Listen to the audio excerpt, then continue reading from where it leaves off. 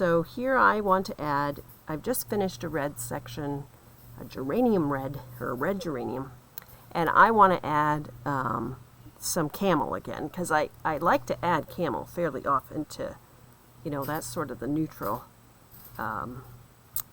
anchor here. And so here's what I do. I fold with about 3 inches of yarn, I'd say. I fold over my 4-ply, and I take my needle, and instead of slipping this stitch as I normally would, in order to make the color, so notice how the color breaks are so even, I need to interrupt that process, and I actually loop this onto the stitch, and that's my first stitch.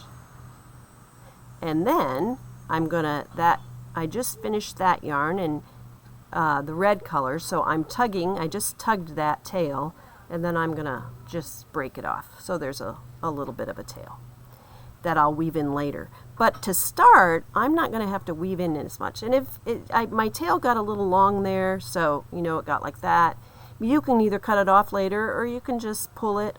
But anyway, I've tugged that up. Oops, and now I've tugged that too short. I want it about 3-4 inches long. So I did that with the first stitch, and now I'm just going to continue, but I am going to wrap all 4 strands around, like the first 2 stitches. And then I'm going to let that tail go. And then really, I've worked those stitches, when I'm all done, I've worked those stitches when at the start of every row, that tail, I can go ahead and just trim off. It's only the ending row tail that I will have to weave in when I'm done.